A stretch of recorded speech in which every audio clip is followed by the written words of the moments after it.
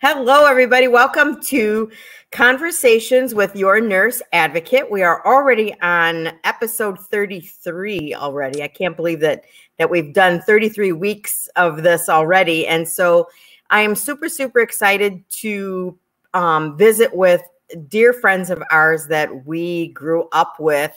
They moved to Florida, and it's they were just really a part of our family. So I'm here visiting with Denise. She is a licensed massage therapist. And are you still in the Tallahassee area? Is that where you? I am.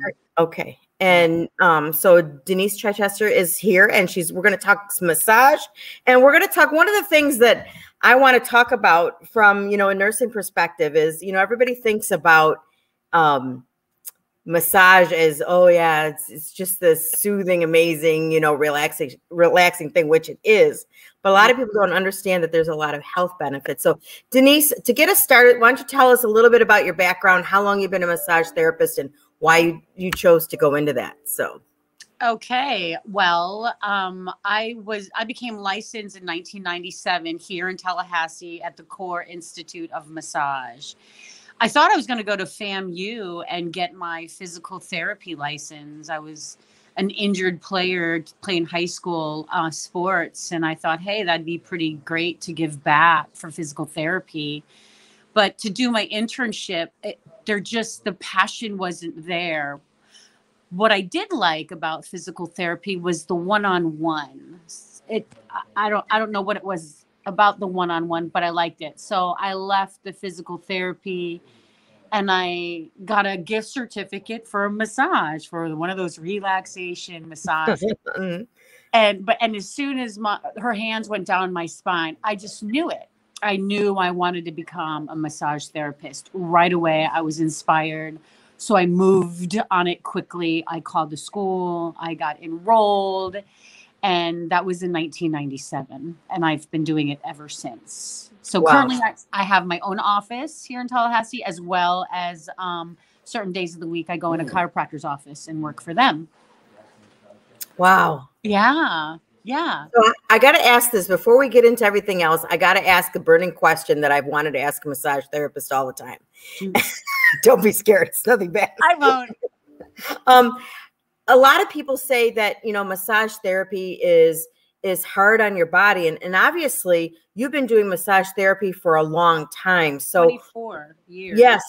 So what's your secret to be able to keep your body or being able to do that? Because massage therapy, that can be hard work. So.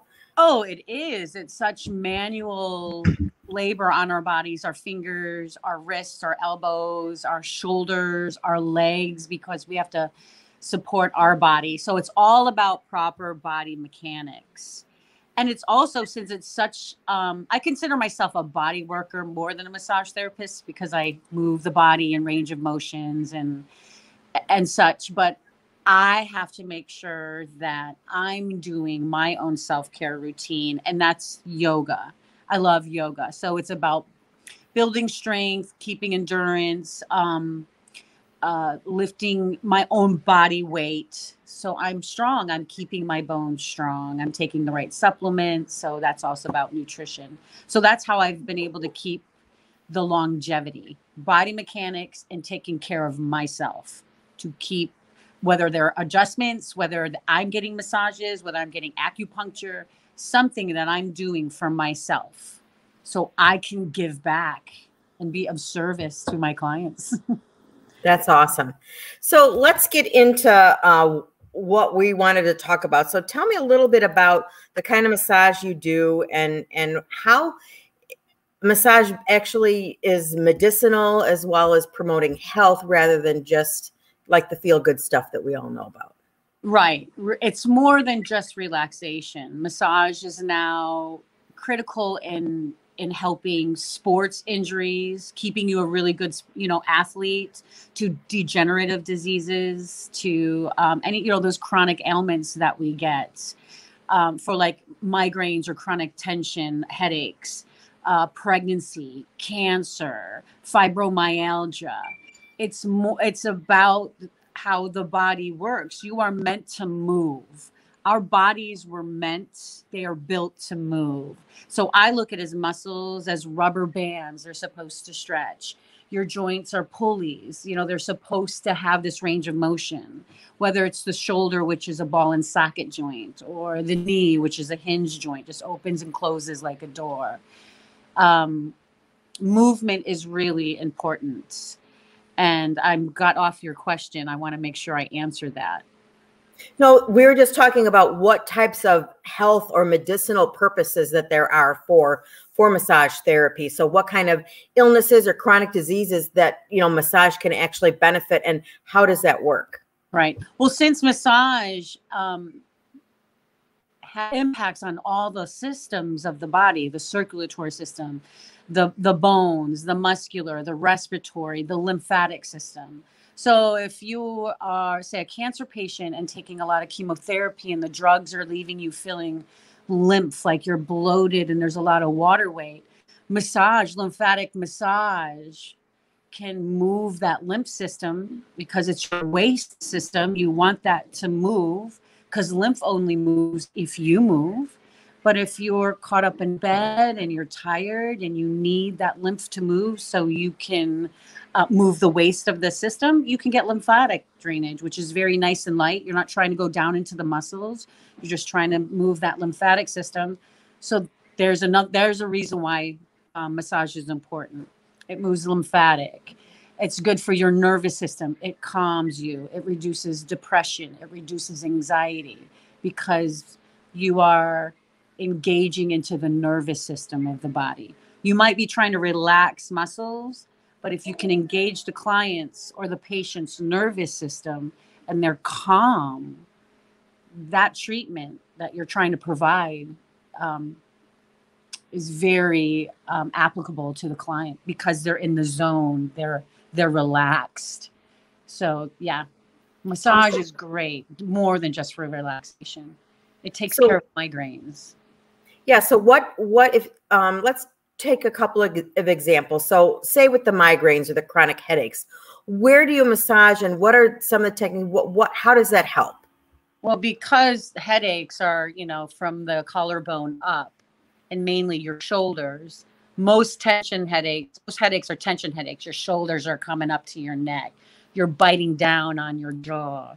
So your whole facial muscles in your shoulders are like coming together. So your neck is becoming shortened. If it's a migraine, that's more of a nervous system, how the blood flows. So I would really work the pectoral muscles in the chest, the back of the muscles, the trapezius, the rhomboids that keep the scapula, those bones, those little angel wing bones on your back, to loosen all that up. Because once the muscles get loose, the nervous system is then calm and the circulatory system can move more freely.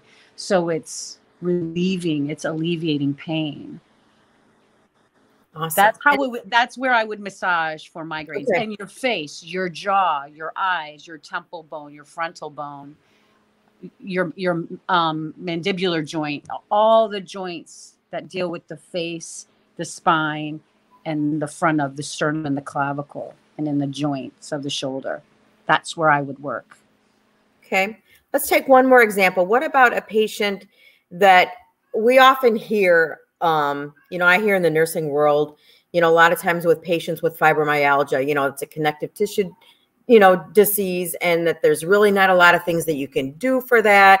And people kind of struggle through that. How could massage, you know, help someone with a fibromyalgia? If they're not as sensitive to pressure, because that's the tricky thing about fibromyalgia. The episodes can be heightened or really lessened. So if it's lessened, it seems like massage seems appropriate for that patient or client. But if they're in the heightened state, sometimes your massage can irritate their fibromyalgic state. So, but massage is beneficial to those who can tolerate it. But the client or the patient has to know how severe that state of fibromyalgia they're in. Because I believe it's a daily roller coaster for those clients. Sometimes it's triggered and sometimes it's not. But massage is definitely beneficial for it. Okay, so next question is within your experience, so do you find that, if a doctor orders a massage, is that something they order, or a chiropractor, is that something that can be covered under some people's insurance, or does Medicare cover that? Do you have any insight on that? Medicare is tricky from state to state. For Florida, it's covered by certain chiropractors, by certain doctors. If you're interested in massage, I would go to your primary physician or your chiropractor and ask for a prescription. If they find that would help your chronic pain, your acute pain, you would get the script. You would find the appropriate massage therapist. Sometimes you would find them in the chiropractor's office. Sometimes you'd go to their own personal practice, private practice, but just make sure they can take insurance, that they have their own NPI numbers, that they're in network. You have to know your own policy. If you can go to that place and that massage therapist will accept your policy, your health insurance policy. But that's all you would need is get the script from the doctor. That massage therapist takes your policy. You're covered. Awesome. Yeah. So any tips? So if someone's going for a massage and they've never had a massage before, any tips for them, or what they should expect, or what should they do before or after? Yeah. Well, know that most therapists love to glide across the body. So you're going to ask to take as much clothes off as possible. So know that might not be to your liking. So you might want to find a massage therapist that just does chair massage, which you're usually clothed and you sit on a chair, and massage is applied to you that way. Or say Thai massage, you're fully clothed. It's performed with your clothes on. But so know that when you're asked to get massage, you have to know your comfortability level to lay on that massage table, just with panties on, bra on. You have to be comfortable. That's 100%, because once you're comfortable and you're breathing, you're going to enjoy the massage. If you're not comfortable, how can you like it? Because it's so intimate. They're going to put their hands on your body. So make sure you know if you're working with a male or female therapist. Know what you want out of your massage so you can tell them. Know what you want. I want to relax. I want to be clothed, or it's okay to be unclothed. And maybe they can provide modalities like hot rocks or hot towels, or specialty in just facial massages, or just feet reflexology. So there's a lot of tentacles with massage to go to help alleviate what's really bothering yourself. So it's a treat. It's a nice treat for everyone. You have to find the right treatment for yourself. I hope I answered that. Yeah. And so what about after your massage? Is there anything special you should do once your massage is completed? I've heard things about maybe water intake, or what should you do after your massage is completed? Definitely uptake your water. I always say make sure your urine's running clear, that because when you're getting massage, you're moving all the lymph, you're moving the toxins, it's around your body. So know that you uptake your water, you're removing that toxins from your waste, from your body. You're moving that waste from your body. Know that you may emotionally be moved because you physically feel so great. Emotions can rise. Like, wow, I didn't know that I'd feel so, say, sad. Mm-hmm. Or I didn't know I was going to feel so elated. My God, I'm so free. I can move. So emotions are heightened too. So drinking water, being aware of your physical, emotional, and spiritual being, and allow some good sleep for that night too. And the night before you get a massage, get some good sleep, because sleeping's about healing. That's what I would suggest. Awesome. And take a cool shower after a massage. Okay. Let alone a hot massage, because we're heating up the body. The blood is moving. If you take a cool one, you just calm the body even more. So I would suggest that. A cool shower. I know, without violating any HIPAA, can you share a story or two of maybe about a success story, maybe with a client or a patient that had maybe a unique need or and then, you know, taking them from A to B with the assistance of massage? Can you think of anything like that? Oh yeah, because I've been doing this field for so long. So like I love my chiropractic office because you know people get in car wrecks, people fall. I get to work with veterans. So I'm just so privileged. So let's take a veterans. You know, they've been to war, they've hurt themselves. So say I worked on a client that jumped out of helicopters, and that was his career. And the impact on his feet, and say he hurt his lower back, has had some surgery and physical therapy, whatever their modalities have been throughout so many years. But then they get to see me because they haven't ever tried massage. They're blown away. I mean, it immediately affects their lives. And they're like, why? I should have been, oh gosh, are you there, Pam? I'm so sorry. Yes, no, I'm good. Okay, good.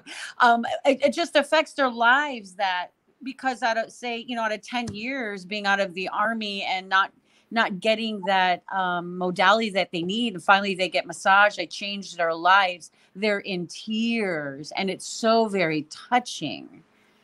I just so yeah, I've done that for clients, and I'm moved every time. Well, that sounds very rewarding and very fulfilling. It is. It is. Because it's their health. If you feel good, you are good. If you feel good, you are good. And that's so important. So yeah. Awesome. I've helped that way. So in kind of wrapping up, is there anything that you feel people should know about massage that we haven't touched on or we haven't talked about? Is there anything that you feel needs to be shared about massage therapy? I find it's a form, like I told you, I find myself a body worker because I do massage, I do yoga. I find massage as body work. And like I said, you were born to move. If you don't like moving so much, if you go to a good massage therapist and you tell them, they're in a sense, they're keeping your body healthy for you. Just to move. You got to move. So to me, massage therapy is great for everybody. For everybody's body. Massage is good. I think it would change the world if everyone got one. I heard Bob Hope got one every day in his life. Wow. So speaking of that, how often should people get a massage for them to reap the best benefits? Right. So like for me, I'm in such a physical work. I know I need to get a massage at least once a month, maybe more if I can't do the yoga or the de-stress that I do. So, and plus my budget, you know, Yep. You have to know what's your budget. So I say self-care is necessary once a month. If you're not self-caring once a month in some gym or some walk, go spend it on a massage. Let a massage therapist move your lymph up all your body systems and actually move range of motion. You'll feel so much better. You'll feel lighter. Awesome. Have you ever gotten massage? Have you ever gotten massage? Okay, good. Not once a month. So that would be my suggestion, is to maintain at least once a month. And if someone has, lastly, if someone has, say you're treating someone for those headaches, I mean, is there a treatment period, or, I mean, do you have to have certain amount of more frequent at first, or what does that look like if you're going in for a specific problem? Right. For like a migraine, I would see somebody for the first week, say like 3 times. I want to get into a pattern to see how responsive and healthy their muscles are. So so it's probably the first week 3 times, the second week twice, and the last 2 weeks of the month would be once. But if they feel like they need it more, then we would adjust their script or their frequency. You know, maybe they're doing such a stressful job that they're looking at the computer and they're moving their eyes and they're really tense. They talk a lot. They may need the massage, you know, every week, twice a week. It depends on the person. Awesome. Well, what I want to do before we wrap up is we have people that watch from everywhere. So you have given such great information. And Denise, you're obviously very passionate about what you do. You're very knowledgeable about your field. And so if anybody wanted to reach you in regards of massage therapy or anything, what would be the best way for people to reach out to you? Give me a call. I don't have my own website or anything because I've lived here in Tallahassee. So I'm word of mouth. So I'm a treat to everybody. When they find me, you got to know me. Or somebody's got to know me. Are you comfortable me sharing your number or no? Oh, yeah. Go right ahead. Okay. So I'm going to put Denise. I'm just going to type it in the chat here. Is this your cell phone, Denise? Correct. Okay. And I am ready for the number. 850. 556 9167, or you can email me. I do have an email. Okay. And what's that? That's EJS34DAC@gmail.com. I'm going to I'm going to put it up on the screen and you tell me if that looks right. So it should come up here in a second. Okay.